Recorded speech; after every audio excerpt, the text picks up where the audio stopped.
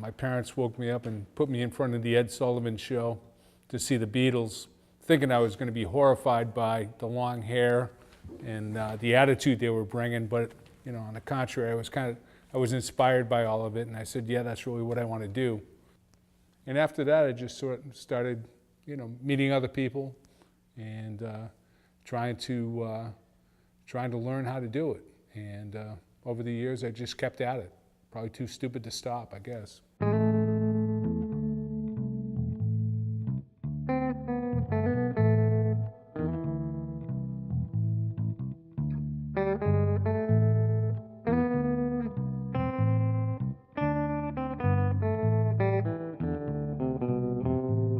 I started to play the bass because I saw somebody doing it, the guy that I hung out with, and it looked fun and it looked easy, And so somebody said to me, hey, if you want to learn how to play bass, listen to this. And they gave me this album, Live at Leeds by The Who, which, if you know anything about that record, John Entwistle, just had that driving sound. He was pretty much leading the charge in that band. He was all over the place, and it was... I was like, oh my God. So that right there, I got clued into like what you could do with the instrument. It wasn't just sitting in the background going boom, boom, boom. Now there's a little more time on Sunday without you. Gotta find some different things to do. You left with too much warning. You didn't wait till the morning. You meant it when you said that you were through. Morning sun had turned to afternoon. The evening through the shadow of the moon. The darkness that surrounded all who came inside left us here with nothing left to fight. Without you, without you, without you. So I just started mostly with that British rock stuff, And then they started talking about blues guys, Cream and everything. And so, I'd go listen to those records and, and try to pull things out of that. And, it was just, it's like a ball of yarn. You just start untangling it. It leads into all these places, Without you, without you. Without you, without you.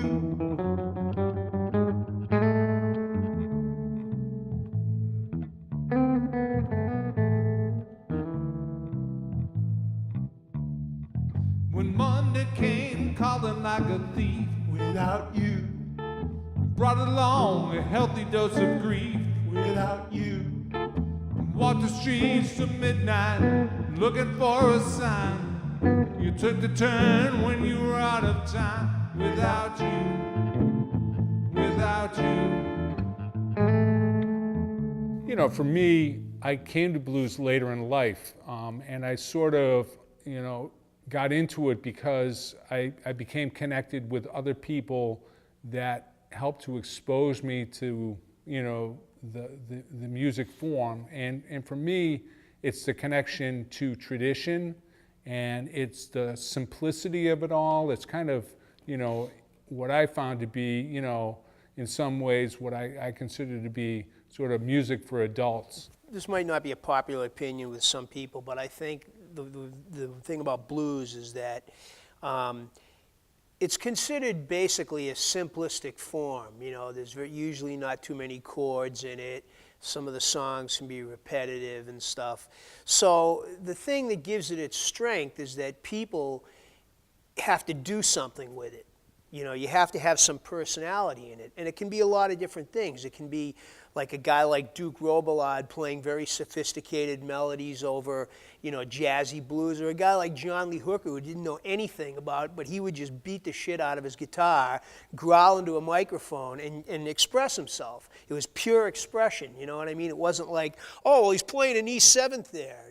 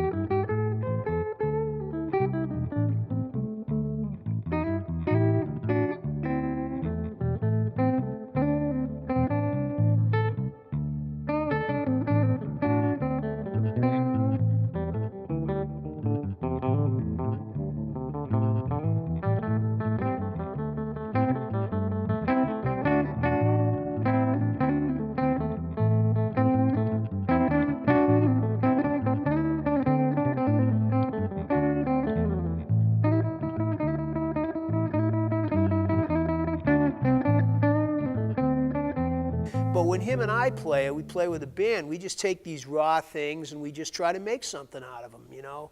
And that's what, it's almost like punk music in a way. You can be really sophisticated, or you can be just like, you know, like some guys that play bass, you know, blues bass don't really know how to play much, but they know how to get that feeling going. But I think the best thing about playing with Squid is, like, you know, I think the best blues players talk about, you know, their music, their solos in reference to the vocal. It's all about a conversation. And I think one of the things I really enjoy about playing with Squid is that I think within the two instruments that we have together, guitar and bass, there is a conversation going on.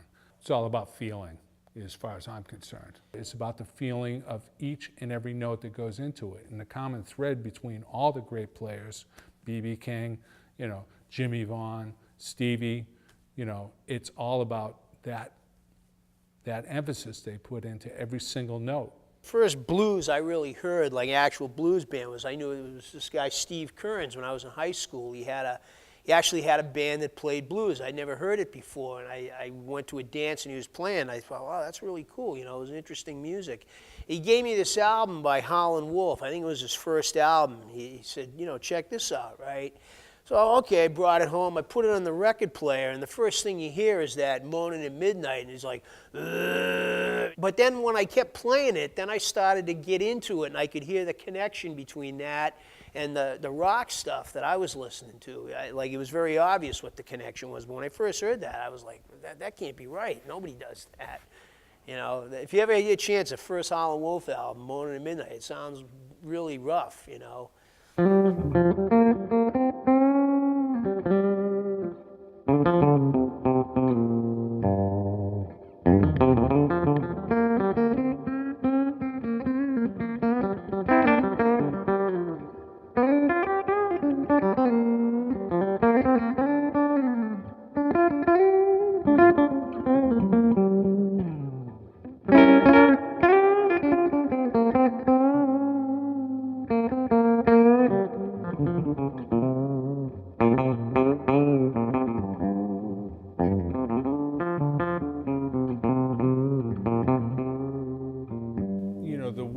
I start to execute a solo, in some ways, you know, starts with a chord, like,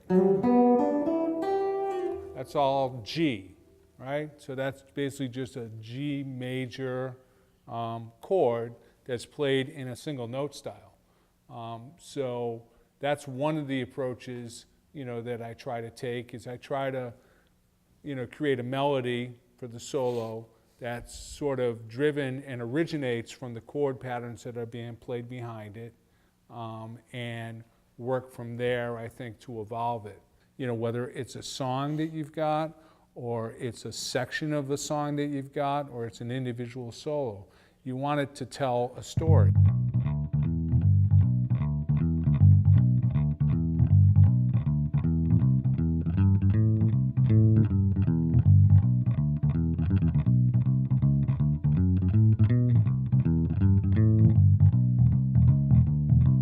I think the best nights, you know, that you have when you're playing in front of people is, you know, when you can get to a point where you're not thinking about every single thing that you're doing, and it's not a conscious decision anymore. It's more of a free-flowing thing that is coming from, you know, within, like all the best.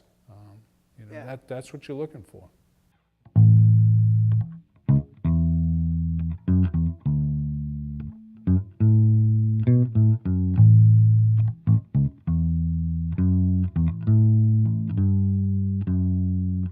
This one has what they call flat wound strings, which are kind of old school. They're very dead sounding. I'll leave these on until they rust. But I also use round wound strings, which are the bright strings. And what happens with them is after a while they're not bright anymore. So then, you know, maybe once or twice a year. You know, I don't play out all that much. You know, maybe 2 or 3 times a week or something. So, you know, and they have these coated strings now that last forever. So I usually you know, I leave them on until I just don't like the sound of them anymore. But with this type of thing, the deadness is what you want.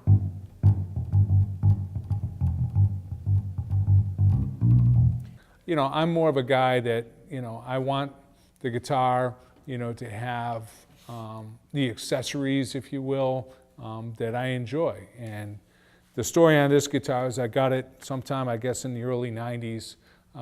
You know, I was looking for Gibson 175s. I was looking high and low. Every music store I would go in, I would pick them up. I was playing them. I just never found the 175 that I was like, yeah, this is the one. And I went down to Bills and Peabody. I picked this guitar up, and I realized I guess I wasn't looking for a 175. I was looking for this guitar. It's a Guild CE100. It's a 1963. You know, I bought this guitar on the spot, and I asked them to add the Bigsby because that was an attracting, you know, it was in the early 90s, and I think swing blues was really popular at that point. And I just wanted to be able to have something that would be able to do.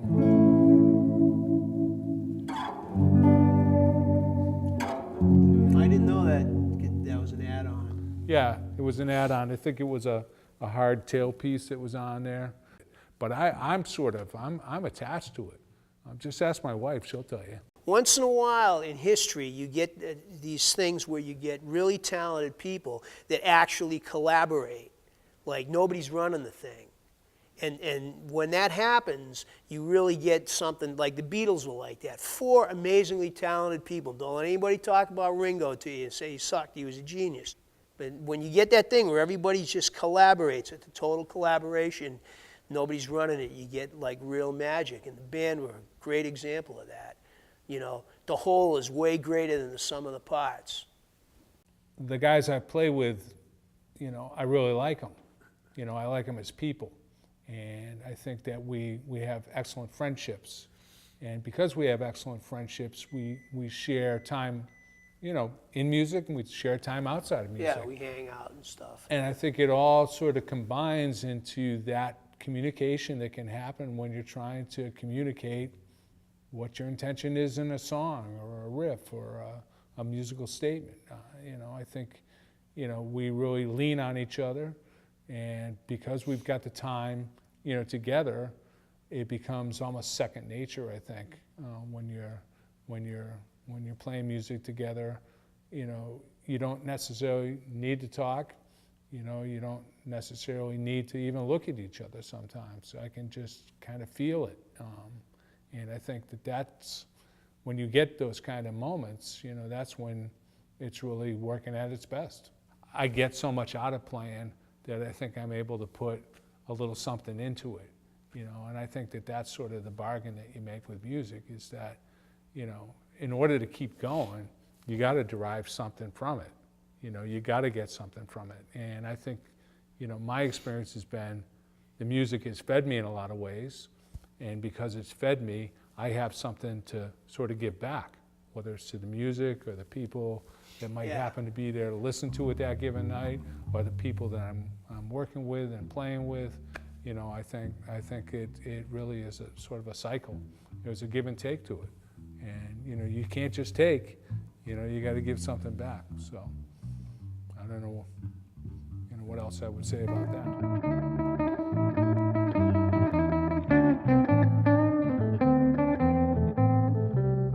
Now there's a little more time on Sunday without you.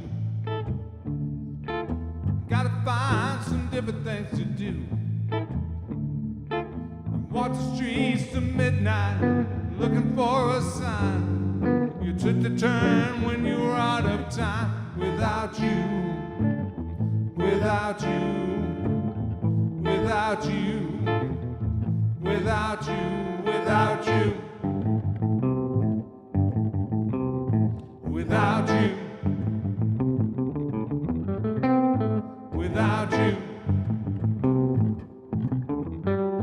without you, without you.